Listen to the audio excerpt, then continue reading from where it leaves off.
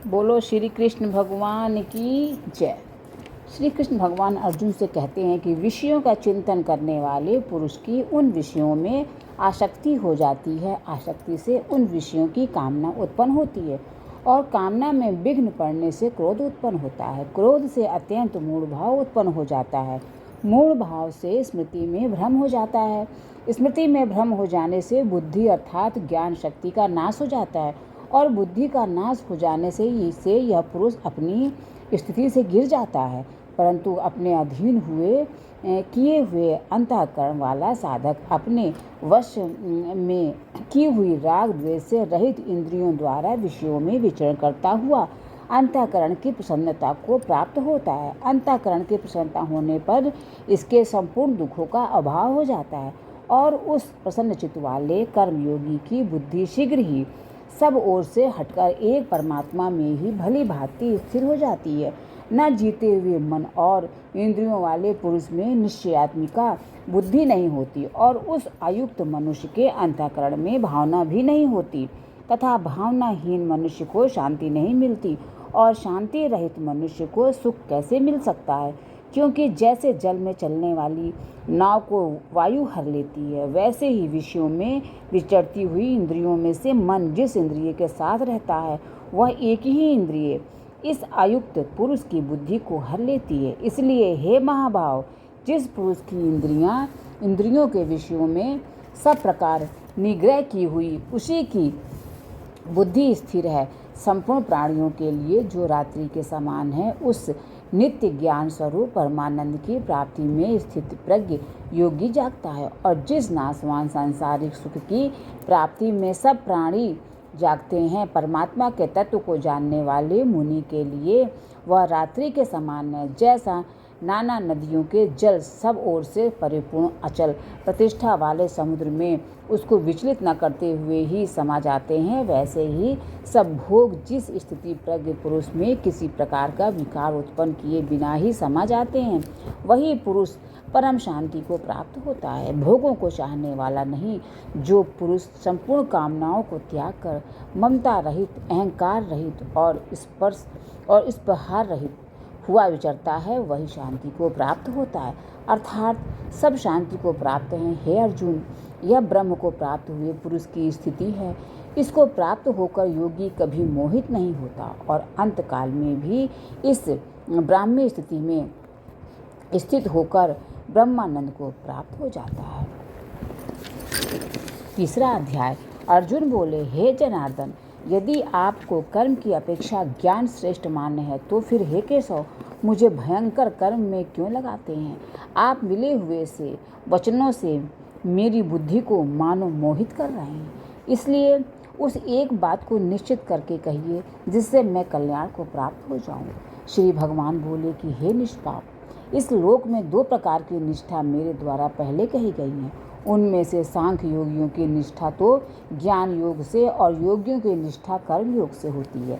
मनुष्य न तो कर्मों का आरंभ किए बिना निष्कर्मता को यानी योग निष्ठा को प्राप्त होता है और न कर्मों के केवल त्याग मात्र से सिद्धि यानी सांख्य निष्ठा को ही प्राप्त होता है। निसंदेह कोई भी मनुष्य किसी भी काल में क्षण मात्र भी बिना कर्म किए नहीं रहता, क्योंकि सारा मनुष्य समुदाय प्रकृति जनित गुणों द्वारा परवश हुआ कर्म करने के लिए बाध्य किया जाता है। जो मूढ़ बुद्धि मनुष्य समस्त इंद्रियों को हठपूर्वक ऊपर से रोककर मन से उन इंद्रियों के विषयों का चिंतन करता रहता है, वह मिथ्याचारी अर्थात दंभी कहा जाता है। परंतु हे अर्जुन, जो पुरुष मन से इंद्रियों को वश में करके अनासक्त हुआ समस्त इंद्रियों द्वारा कर्म योग का आचरण करता है, वही श्रेष्ठ है।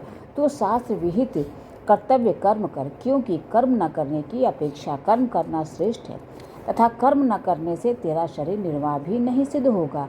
यज्ञ के निमित्त किए जाने वाले कर्मों से अतिरिक्त दूसरे कर्मों में लगा हुआ ही यह मनुष्य समुदाय कर्मों से बंधता है। इसलिए हे अर्जुन, तू आसक्ति से रहित होकर उस यज्ञ के निमित्त ही भली भांति कर्तव्य कर्म कर। प्रजापति ब्रह्मा ने कल्प के आदि में यज्ञ सहित प्रजाओं को रचकर उनसे कहा कि तुम लोग इस यज्ञ के द्वारा वृद्धि को प्राप्त हो और यह यज्ञ तुम लोगों को इच्छित भोग प्रदान करने वाला हो।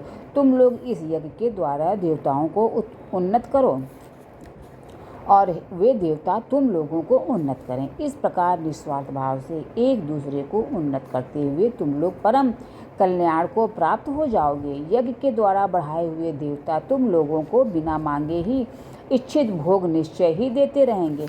इस प्रकार उन देवताओं के द्वारा दिए हुए भोगों को जो पुरुष उनको बिना दिए स्वयं भोगता है वह चोर ही है। यज्ञ से बचे हुए अन्न को खाने वाले श्रेष्ठ पुरुष सब पापों से मुक्त हो जाते हैं, और जो पापी लोग अपना शरीर पोषण करने के लिए ही अन्न पकाते हैं वे तो पाप को ही खाते हैं। संपूर्ण प्राणी अन्न से उत्पन्न होते हैं। उनकी अन्न की उत्पत्ति वृष्टि से होती है, वृष्टि यज्ञ से होती है और यज्ञ विहित कर्मों से उत्पन्न होने वाला है। कर्म समुदाय को तू वेद से उत्पन्न और वेद को अविनाशी परमात्मा से उत्पन्न हुआ जान। इससे सिद्ध होता है कि सर्वव्यापी परम अक्षर परमात्मा सदा ही यज्ञ में प्रतिष्ठित हैं। हे पार्थ, जो पुरुष इस लोक में इस प्रकार परंपरा से प्रचलित सृष्टि चक्र के अनुकूल नहीं बरतता अर्थात अपने कर्तव्य का पालन नहीं करता, वह इंद्रियों के द्वारा भोगों में रमण करने वाला पापायु पुरुष व्यर्थ ही जीता है। परंतु जो मनुष्य आत्मा में ही रमण करने वाला और आत्मा में ही तृप्त तथा आत्मा में ही संतुष्ट हो, उसके लिए कोई कर्तव्य नहीं है।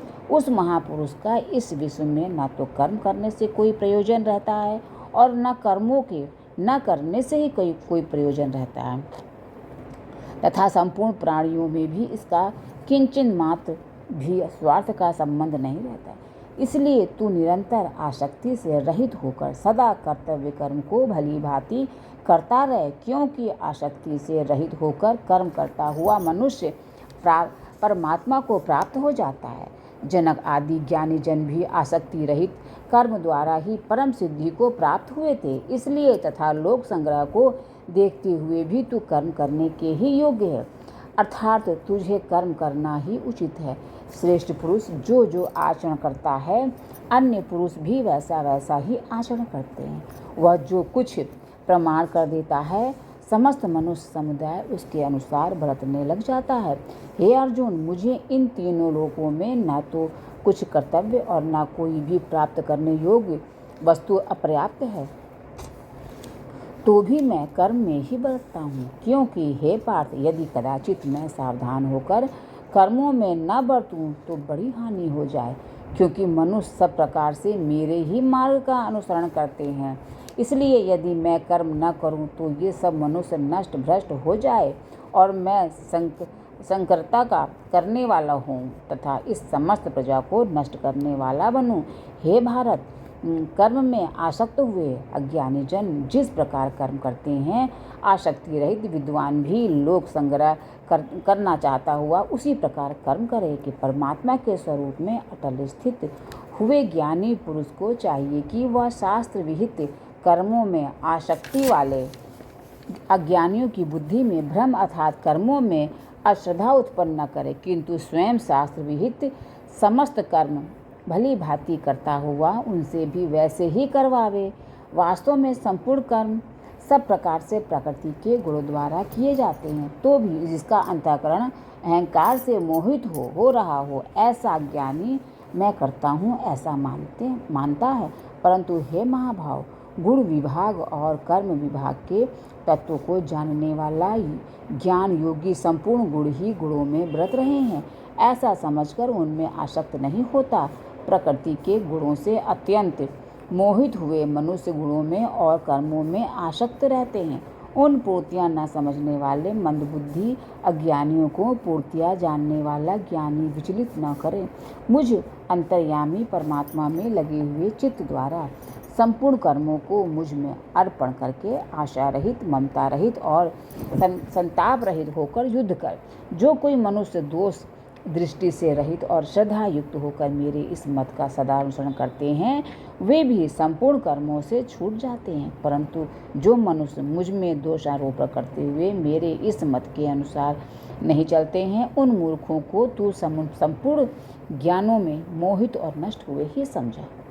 समझ सभी प्राणी प्रकृति को प्राप्त होते हैं, अर्थात अपने स्वभाव के परवश हुए कर्म करते हैं। ज्ञानवान भी अपनी प्रकृति के अनुसार चेष्टा करता है, फिर इसमें किसी का हठ क्या करेगा। इंद्रिय के अर्थ में अर्थात प्रत्येक इंद्रिय के विषय में राग और द्वेष छिपे हुए स्थित हैं। मनुष्य को उन दोनों के वश में नहीं होना चाहिए, क्योंकि वे दोनों ही इसके कल्याण मार्ग में विघ्न करने वाले महान शत्रु हैं। अच्छी प्रकार आचरण में लाए हुए दूसरे के धर्म से गुण रहित भी अपना धर्म अति उत्तम है। अपने धर्म में तो मरना भी कल्याणकारक है और दूसरे का धर्म भय को देने वाला। अर्जुन बोले, हे कृष्ण, तो फिर यह मनुष्य स्वयं न चाहता हुआ भी बलात् लगाए हुए की भांति किससे प्रेरित होकर पाप का आचरण करता है। श्री भगवान बोले कि रजोगुण से उत्पन्न हुआ यह काम ही क्रोध है। यह बहुत खाने वाला अर्थात भोगों से कभी न अघाने वाला और बड़ा पापी है। इसको ही तू इस विषय में वैरी जान। जिस प्रकार धुएं से अग्नि और मैल से दर्पण ढका जाता है तथा जिस प्रकार जेर से गर्भ ढका रहता है, वैसे ही उस काम के द्वारा यह ज्ञान ढका रहता है। और हे अर्जुन, इस अग्नि के समान कभी न पूर्ण होने वाले काम रूप ज्ञानियों के नित्य वैरी के द्वारा मनुष्य का ज्ञान ढका हुआ है। इंद्रियां, मन और बुद्धि ये सब इसके वास स्थान कहे जाते हैं। यह काम इन मन, बुद्धि और इंद्रियों के द्वारा ही ज्ञान को आच्छादित करके जीवात्मा को मोहित करता है। इसलिए हे अर्जुन, तू पहले इंद्रियों को वश में करके इस ज्ञान और विज्ञान का नाश करने वाले महान पापी काम को अवश्य ही बलपूर्वक मार डाल। इंद्रियों को स्थूल शरीर से पर यानी श्रेष्ठ, बलवान और सूक्ष्म कहते हैं। इन इंद्रियों से परे मन है, मन से भी पर बुद्धि, और जो बुद्धि से भी अत्यंत परे है वह आत्मा है। इस प्रकार बुद्धि से पर अर्थात सूक्ष्म, बलवान और अत्यंत श्रेष्ठ आत्मा को जानकर और बुद्धि के द्वारा मन को वश में करके, हे महाभाव, तो इस काम रूप दुर्जय शत्रु को मार डाल। बोलो श्री कृष्ण भगवान की जय।